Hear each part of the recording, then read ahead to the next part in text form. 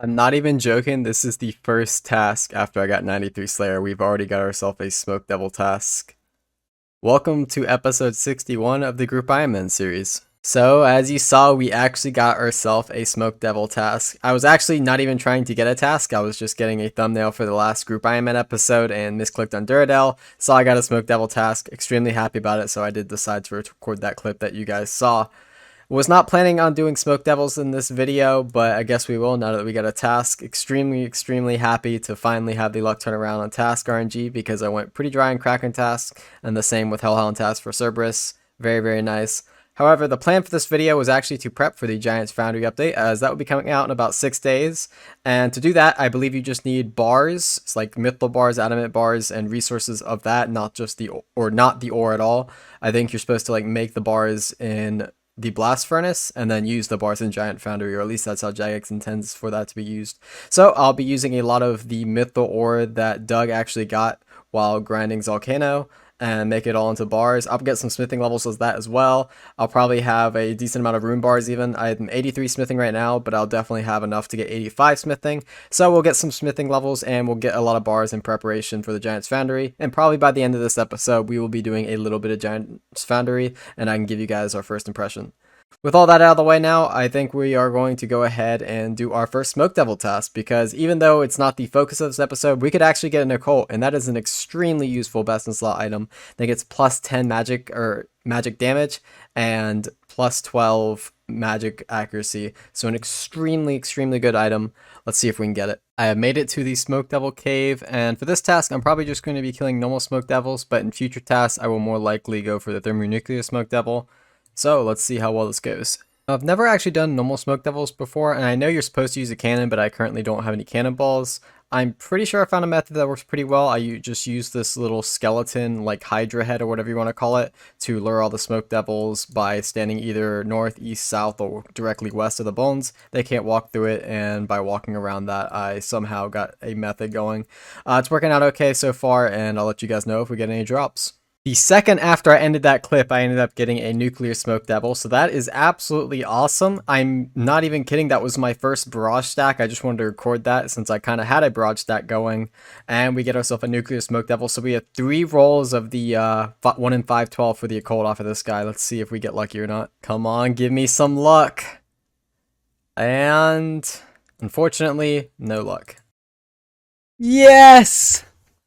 I can't believe it. I wasn't. Oh my god, I'm like losing my words here. I'm super happy. An Occult Necklace. Let's not pull a Dovidus and leave it on the ground for like 2 minutes and let it despawn. That is amazing. A best in slot item from our first Smoke Devil task. We didn't even have to kill the boss. The boss has a higher drop rate if you're not aware, but you can kill the little ones faster. We're gonna wear it right now. We're going to absolutely rock the Occult Necklace for the rest of this task.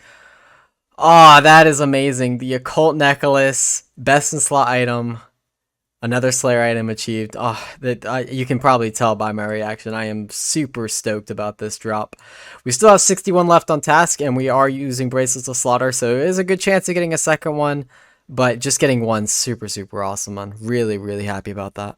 Just as the task is about to end, I get a second Superior. Maybe it's a sign. Literally 2 left on task. I do have Bracelet of Slaughter though, so I could be a little bit more in 2. Hopefully the Superior is a sign of a second Occult, but honestly, 1 Occult on my first task and getting a task immediately after 93 Slayer, I won't be complaining, man. I absolutely will not be complaining. Superior is down. Are we lucky? Unfortunate, but again, not really going to complain. And as you saw, I had 1 left on task, so the Smoke Devil task is now completed, and we did get an Occult from our first task. I already said it, not going to complain, extremely happy. It's such a good item to have, 10% damage bonus, super good for things like the Chambers of Xerix, which is probably the place I'll be using it a lot, and I'll probably just throw it in shared storage, maybe if someone wants to do a barrage task, or whatever. We have one now. Super nice, another best in slot item knocked off the list. So I just realized I haven't really recorded anything since I got that Occult Necklace, or at least I don't think I have. And you know what? Let's back to back do really monumental achievements. The Occult is a very big thing to get on the account, but what else is another big thing is another 99 skill. And here it is, 99 farming. That is our 5th 99 in the account. So we are making progress. We got 99 HP in the last episode. 5 out of 23 99s I need for max.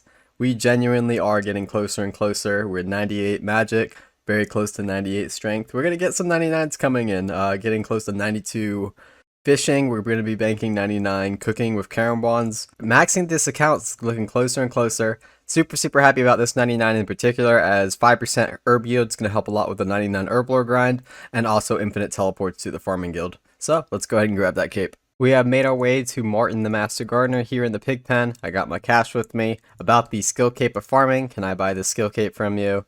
Yes, I would gladly buy it. And there we are. We now have the skill cape of farming as I get locked inside the pig pen. Let's go ahead and use the emote. 99 farming achieved. Now that I have 99 farming out of the way, I think I'm going to go ahead and claim my kingdom. The reason being is I'm actually going to change my wood to mining, and that should give me coal, which should help me prep the mythical bars for the Giant's Foundry. So I'm going to go ahead, remove all the wood, put it all in mining. I'm only going to do 5 because even though Giant's Foundry is coming out, I still think herb is more important, as it is going to be one of the hardest skills to max. So if we go ahead and collect our resources, we should get a decent amount of herbs and a good 3.2k coal. I'll be honest, I did want a bit more than that, so maybe I should have put it on 10 coal, but hey, any free coal, I'll gladly take it. Now that we've collected our kingdom, let's finally start doing some Giant's Foundry preparations. In my bank, as you can see here, we have all of the ores that we have gathered. And I think what I'll do is just use everything above gold, including the gold, as it gives quite a good XP. And using the gold, mithril, and adamant, that should get me 85 smithing pretty much on the dot. And then I can make all the runite ore into bars. I need a lot of bars. At least I believe you need bars for Giant's Foundry. So that's what I'll be going for. And once Giant's Foundry comes out, I'll probably be getting a lot more smithing levels. 85 is all I need for the runite ore, so that's probably all I'll be going for. And I do need a lot more coal than I currently have. I believe it's 2 coal per 1 mithril ore if you use the blast furnace. So a good like 15-20k more coal is what I need. And honestly, I'm not even sure if I have enough with it, so we may do some alk agility, but for now let's just go ahead and use what we have, and then we'll buy some stuff after and we'll see where we're at. Coming up on the first smithing level out of the 2 smithing levels I have banked. Very nice. This isn't a extremely fast process, but it's not too bad. I'm getting like 100k an hour, as you can see here. I am definitely going to run out of coal very soon, so I will have to buy some more. In fact, I'll probably buy some right after this clip, so that way I can go straight to 85 smithing. Speaking of, I pretty much have exactly enough ores to get 85 smithing with just mithril bars. I checked it, I'm like 2k off, so I'll probably just buy the rest of the 2k mithril ore. We'll get 85 smithing, we'll make all the runite bars, and that's as much preparation as I think I need to do for Guardians of, or not Guardians of the Rift that already came out, but the Giant's Foundry. So I'll go ahead and start buying some coal, I guess. After a lot of world hopping, and I made a lot of world hopping, I have bought out all of the coal that I need for 85 smithing, which is the exact amount of myth ore to coal, which will give me 85. And then also, while doing that, I decided to buy out some of the gold ore since I was already hopping through, and I bought enough gold ore to get me from 85 to 86 if you also include the runite ore. So we have 86 smithing bank. That is very nice. I will have to do that, but I am not going to be doing that at the moment. I'll explain that in a bit. I do also just want to show you guys the XP tracker. As you can see, 84 to 85 of just the myth. If I ignore or unignore the gold and then I do a +1 boost, you can see we have enough for 86. So very nice there. And I do also want to mention, if you are buying coal from the blast furnace, make sure you use your coal bag. I will admit that I didn't use my coal bag until I had 15k coal stacked up, and I realized that it actually works. You just buy the coal, fill up the bag, buy the coal, and then bank, and then you can do basically speeds it up by double, and I did not do that, so very unfortunate. So I will not be smithing all these bars right now, as we actually have group PVM coming up, which was a little unexpected. I invited a few people and pretty much everyone said yes. So if everyone shows up, it should be 4 of the group members, maybe doing some chambers, maybe doing some corp, maybe something else. Not too sure, but before that happens, I do want to go ahead and get what levels I can, since I am extremely close to a strength level, an attack level, a defense level, and a range level, all less than 200k. I want to see if I can do that. And I have a very good excuse to actually do some Nightmare Zone, since I do have an Archer ring I want to imbue. And since I have Smoke Devils, a Seer's ring imbued probably isn't the worst thing in the world, and maybe even a Warrior ring imbued, since we are possibly going to do some corpse, so we'll see. Let's just go ahead and head to Nightmare Zone first. Before we head to Nightmare Zone though, I have a birdhouse run here, and why is it important? As you're aware, after getting farming levels, I tend to get hunter levels as well. 85 hunter, pretty big level, doesn't really unlock anything. I don't think, but it is a clan shoutout, a nice 85 stat, and we're getting closer and closer to redwood birdhouses, which we have a lot of redwood logs now, thanks to Doug. Well, I grossly underestimated how much XP you really need to level up, or I guess how long it takes to get XP in Nightmare Zone, I guess using a whip the entire time. We made a decent amount of progress and we got a lot of points. In fact, we got enough points where we can actually just go ahead and imbue both of the rings that I wanted to do, so I'm going to go ahead and do that now, but I don't think we're going to get a level before we do any group PVM. So here we are, we have just enough to imbue both the Archer's Ring and the Seer Ring, and we got a little bit of points left over for the extra potions when I need to go back into Nightmare Zone. I'm not sure what other rings I need to imbue.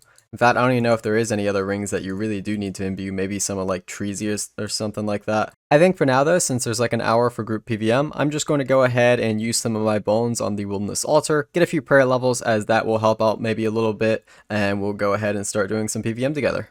Well, we have one prayer level coming in here. I think it's the only one I'm going to go for, but it is decently special as that is now 2075 total. That means we're only 202 levels away from max. I guess we're making progress. Very nice to get a prayer level, but I don't think I have enough time to get another one. So let's get into some group PVM. I've written down about 100 ideas, and it's one of the 100 I've written down in my notepad. Oh, we got something. God. Oh.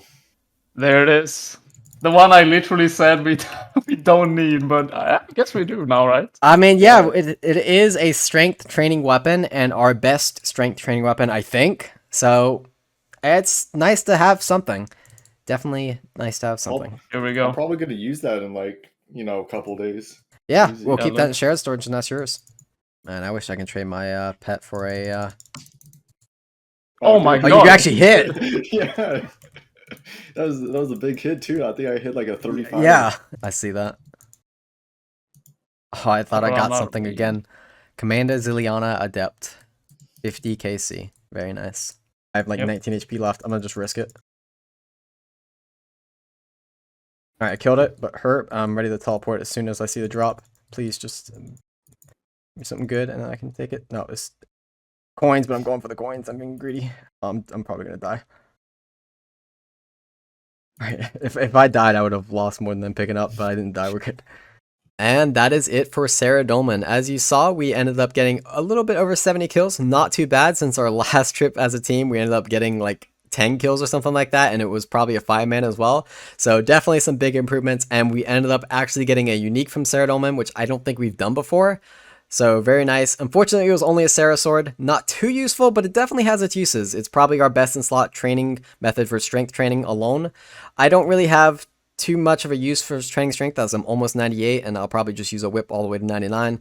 So not really too useful for me, but at least Doug will find some use out of it. Very, very happy we can get some group PVM in. I always enjoy it, even though it may not be efficient. It's a lot of fun. That being said, hope you guys enjoyed this episode. I think I'll call it here. I was planning on recording for a lot longer, but I didn't think we'd get as much done in this episode as we have. Just to recap, we got ourselves an Occult Necklace, 99 farming, banked pretty much everything that we need to for the Giants Foundry. I still need to smith it all, but I'll probably end up doing it in the next episode. And we ended up doing a group PVM session at Sarah Dolman, which we ended up getting a unique. I can't really do much more in the episode and call it a complete episode unless I like jam pack another megasode or something like that. I think this episode is great, and next episode we will be taking on the Giants Foundry when it releases. I'll probably have the video up the same day of the Giants Foundry release, so look forward to that, and I'll see you guys there. Hope you guys enjoyed this one. Hope you guys have a great day, and I'll see you later.